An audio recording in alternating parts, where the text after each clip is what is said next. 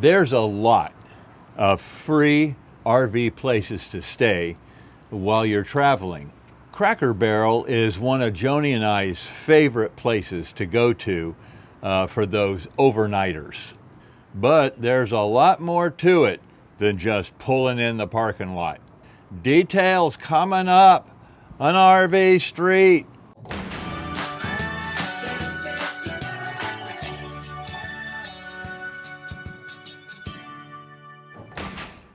Okay, let's get right to it. We spent about 2 months up in Maine in the summer of 2022. And we stayed at a Cracker Barrel when we traveled from Texas to Maine, and then stayed at that same Cracker Barrel when we left Maine coming back to Texas. Now, like everything else in life, you can wing it and just kind of hope for the best, or you can learn the best practices to make your trip go a lot easier and problem-free. And that's what we're going to cover today. So we left Maine and now we're in New York, and we're traveling west on I-86 towards Jefferson, Ohio. And we're going to stop about halfway to a little town called Horseheads, New York. So we're going to pick up the video right here as we're getting ready to just exit off the highway. So coming from Accord, New York, we're going to exit 52A off of Highway I-86. This is in a pretty nice little shopping center area. So I'm going to show you here, Cracker Barrel, they always have these dedicated RV lanes. This one here has 3, but these are very small lanes. It says RV bus parking. We are 54 feet long with our motorhome and our towed. So you can see I probably could have pulled up maybe another couple of feet, but I don't want to hang out too far out here because this place is going to get busy in about an hour. And here is our car hanging way out here. So this type of a parking place here would be good for a coach like ours if you are not towing, or your Class C's, obviously Class B's and so on. You could probably pull a 38 in here if you aren't towing. But I'm going to show you what we're going to do because I don't want to disattach tonight. I want to leave the car intact. So what we're going to do is we're going to park over here in the back, or actually the side, because the front of the restaurant's over here. And that's where everybody will park in the beginning tonight. But then it begins to flow this way and they begin to fill in all back in here. We always try to time this before the dinner rush. And we're here right now, it's 4 o'clock in the afternoon. So let me get up in that area and I'll show you how we picked the spot and why we parked there. Okay, so we're nice and level and we're parallel parked back here. But look how many spots I give in front of me. And we've made this mistake before. We're thinking, okay, this is a nice spot. But then what happens is in the morning, we want to get an early start. And people come here for breakfast and they park here in front of us. And then we can't get out until they move their car. So the way you avoid that problem is you come all the way forward. You see, we've got 2 spots right there. What we're going to do is we're going to come in to the second spot and begin to turn the wheels just like that. And we're going to be able to clear that curb right there. I came straight in this way, but then I went ahead and turned the wheel just a little bit, so I got into this second parking spot right here. So no one will park there. They can park there though, but that's okay for tonight, okay? I'm not worried about somebody parking there for dinner and what have you. But tonight, when everybody leaves and this parking lot is fully empty, I will take and put my orange cone right there, probably around 10 o'clock, 11 o'clock tonight. I'll put an orange cone there. That way in the morning, anybody that comes here for breakfast, there's still going to be plenty of parking.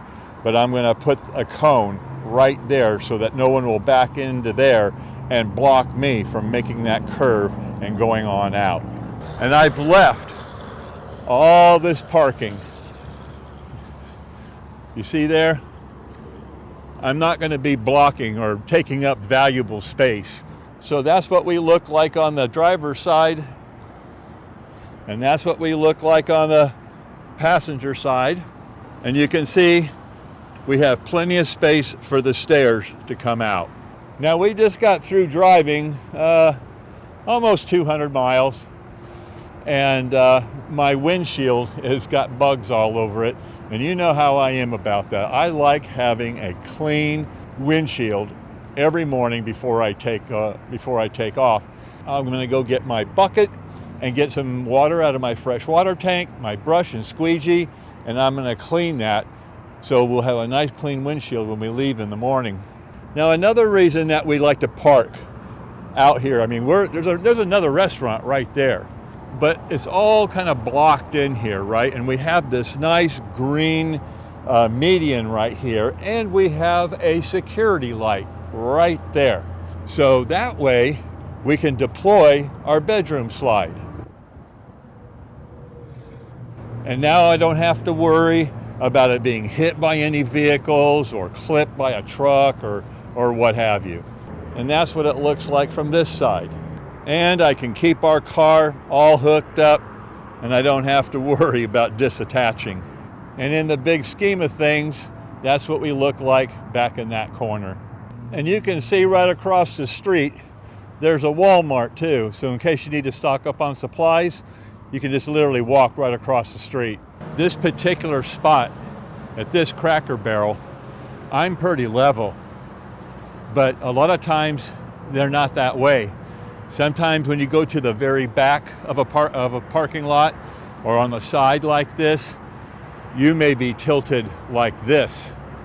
Now, we have an absorption refrigerator, as you know. It's not good for that refrigerator. If that was the case here, here's how I'd solve that problem. I carry with me a set of 10 blocks here. These are heavy-duty plastic blocks.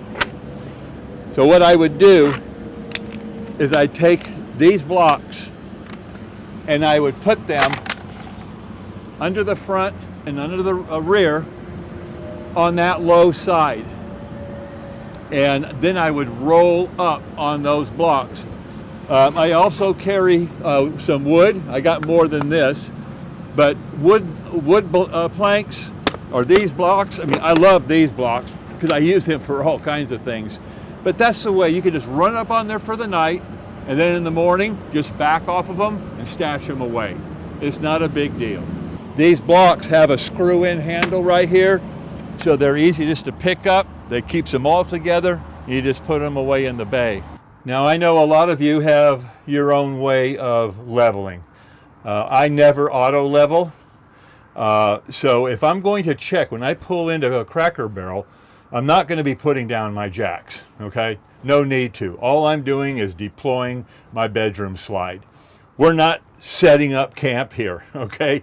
We're just pulling in and rolling out the slide. So no jacks, no awnings, no chairs outside, no barbecues, nothing like that.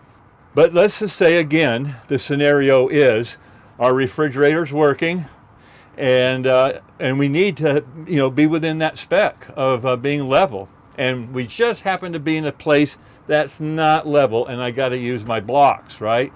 Well, the way I level is I use my iPhone, and on my iPhone, I have this app right here. It's a leveling app. It has all kinds of different options here. But I like using this type of glass, this bubble right here. And so I'll set it right here on the counter because I already know if this is level, my refrigerator right here is level. So front to back, you can see I'm pretty much right on the money. And then I'm going to check side to side, and I'm good to go there too. So this is actually it's one of the more leveler spots. that we've pulled into. Sometimes, again, you know, when they pour these parking lots, sometimes they'll lean them so that when it rains, the water will shed off properly into the drains and so forth. And sometimes, you know, the motorhome will be like this, you know, even though we're way at the back. If I have to block one of the driver's side, I'll put this in here, and I know my coach. So depending on how far it's leaning, I'll either use 1 or 2 blocks to get that low end up, look at my bubble, and I know I'm good to go. So basically, this is the way we're going to spend the night. This big slide right here will stay closed, and we have a nice access aisle now right into the back bedroom, and we have access to the back bathroom and also the half bath on the other side of the TV there. So tonight, Joni and I will be eating dinner over at Cracker Barrel. Their menu's online. They have specials every day. What Joni normally does is she'll just get on her tablet here in the coach. She'll order it, pay for it all online, and then they'll say, oh, it'll be ready in 15 minutes or whatever. Then we walk over, bring it back, and we eat in here. After dinner, we will watch Netflix on our TV, streaming it through our iPhone, a hotspot, and everything else in here will be running off the house batteries. We have found that staying at Cracker Barrels are a really nice a fill gap place to stay. And today, from Accord, New York, and we're going to Jefferson, Ohio, that was like 450, 460 miles, something like that. I've done that drive before, and that's hard on me.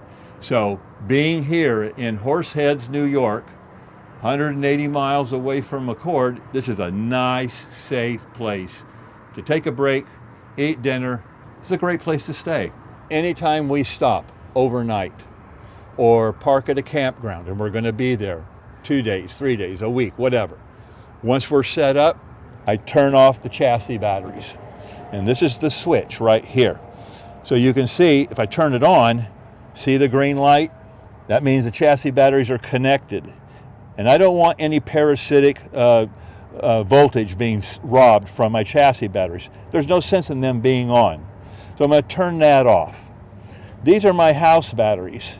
They are on, and this is the step switch. We turned the step switch off.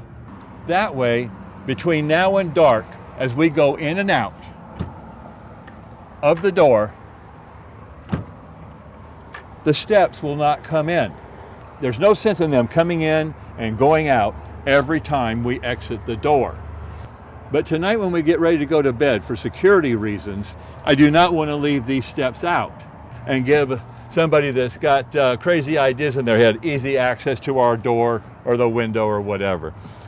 So it's a great security precaution to close the door, lock the door, turn on the switch, and those steps will be retracted. Well, good morning, everybody. It is 8:30 in the morning. 2 days ago, it rained pretty good up through here. So when we woke up this morning, it was 61 degrees outside, and I want to show you what it looks like. Before I show you what happened that next morning, I just want to thank everybody again for using my Amazon store.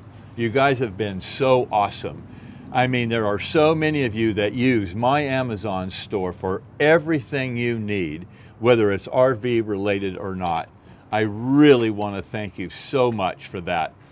If you're new to my Amazon store, the link to my Amazon store is down there in the description text. Okay, back to Cracker Barrel. The freeway is right behind me, and you can see that it's foggy. Joni got up earlier than I did. She got up at 6:30, and right over here, the Texas Roadhouse restaurant, she said you couldn't even see in there. The fog was so deep. It's starting to clear up, and you know how cautious I am about driving in bad weather, you know, rain, wind, and that type of thing. I came out here this morning, and I went ahead and got a little bit of water out of my fresh water tank and washed the windshield, with my soft brush and my squeegee, so it's all nice and clean. And we're gonna wait until the sun gets a little bit higher and burns off some more of this fog, because we're in upstate New York on I-86, and this thing goes through these mountains and valleys, and I don't want to take any chance that there'll be big pockets of fog still laying up in there as we proceed. So we're going to sit here for probably another 30 minutes, maybe even an hour, and let that lift a little more. We've got a 285-mile drive today.